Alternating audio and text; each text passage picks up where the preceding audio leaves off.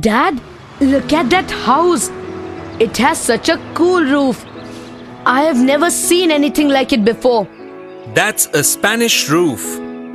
If you look at the entire house, including the roof, you will find that it's designed in a very special way.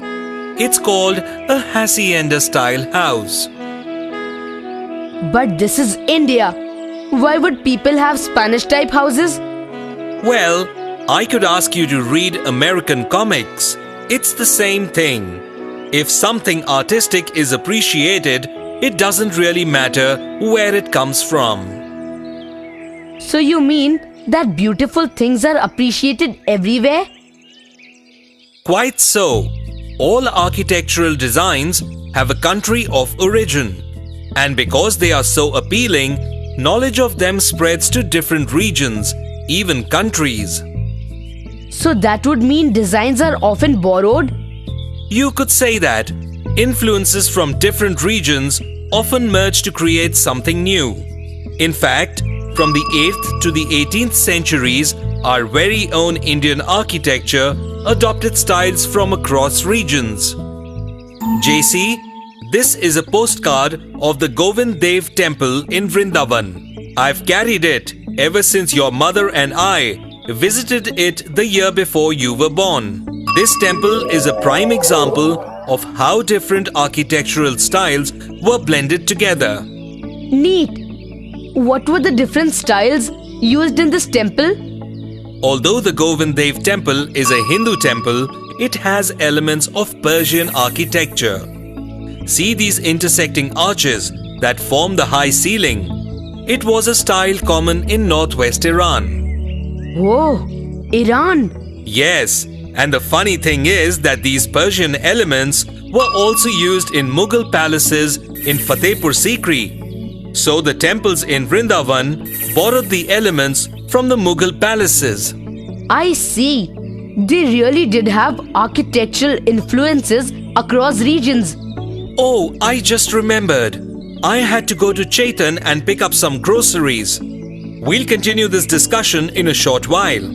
I'll wait near the shop. Take your time. And I'll use this time to find out more about architectural styles from this man on the postcard. You're Lenny, right? That's my name and history is my game. How can I be of assistance? I was wondering if you could tell me about the influence of different architectural styles across the regions in India. An interesting choice. Between the 8th and the 18th century, there were large empires spanning India. These empires brought different regions under their rules. So naturally, architectural styles were blended together. Can you give me some examples? Sure. The elephant stables in Vijayanagar belong to the Sangam period of the 15th century. Yet they clearly have been influenced by Islamic architecture. I didn't know there were stables for elephants. Oh yes, for the elephants of the royal household. And these stables had arched openings and domed chambers, adopted from the neighboring sultanates of Bijapur and Golconda. So domes and arches were Muslim architectural features? There were also other structures in the famous Vijayanagar that had mixed architectural features. The Lotus Mahal had arched gateways and vaulted ceilings. An Islamic feature? Correct. However, it deviated from conventional Vijayanagar palace construction. Instead of building wooden structures on stone platforms, the Lotus Mahal was built entirely in stone. So there was a constant mix of architecture happening across regions in India. Absolutely. Another example is the Jahangiri Mahal in the Agra Fort complex. It combines transoxanian features such as veranda with columns and Gujarat Malwa style courtyard halls. You are only mentioning about the adaptation of Mughal architecture by the Indians. Is there no instance where the Mughals adapted Indian architecture? Yes, there definitely was. Mughals were very skilled in adapting local architecture in the construction of their own buildings. In Bengal, for example, local rulers designed a roof that resembled a thatched hut. Yeah, I've seen something like that when I went to visit grandma in Bengal. Pretty, aren't they?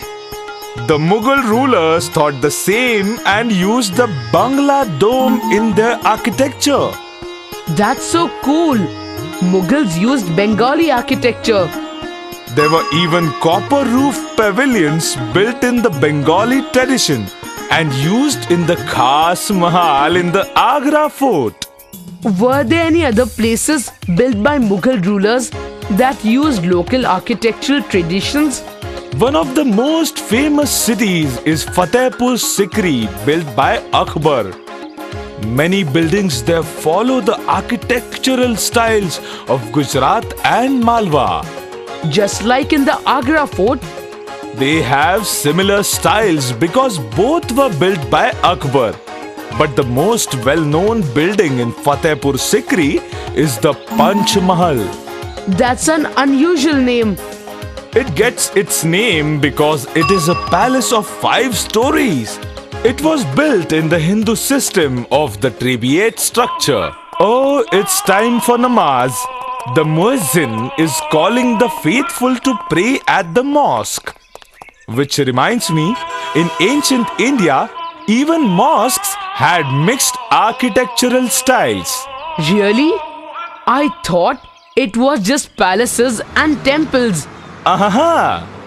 Mosques too. The mosque at Fatehpur Sikri follows the pattern of the conventional mosque, but it has several Hindu architectural details such as richly carved columns and domed chhatris. It seems like Akbar was very interested in Hindu architecture. He definitely was. There were other mosques with Hindu influences. The Quwat-ul Mosque, built by Qutubuddin Aibak, has Hindu decorative floral elements on its screens. It's too bad we don't build such ornate buildings these days. Yes, there was a certain charm about things in the olden times. Anyway, it's 6 o'clock. I don't work after 6. So I'll see you around, huh? Yeah, Dad will be back any moment. Bye, Lenny. Hope I didn't take very long, JC. Let's go home now. No problem, Dad. I had some time to think while you were in the shop. About what? The influence of architectural styles across the regions. So, do you have any questions you want to ask me? Actually, I was thinking that someday I will build my own house. It'll be huge. That's nice. It will have huge private halls like the Khas Mahal, and it will have domed ceiling with colorful tile work. But do you know what will be the best part? You'll stop troubling your dad with so many questions. I will build a giant Roman bath and relax in it all afternoon long.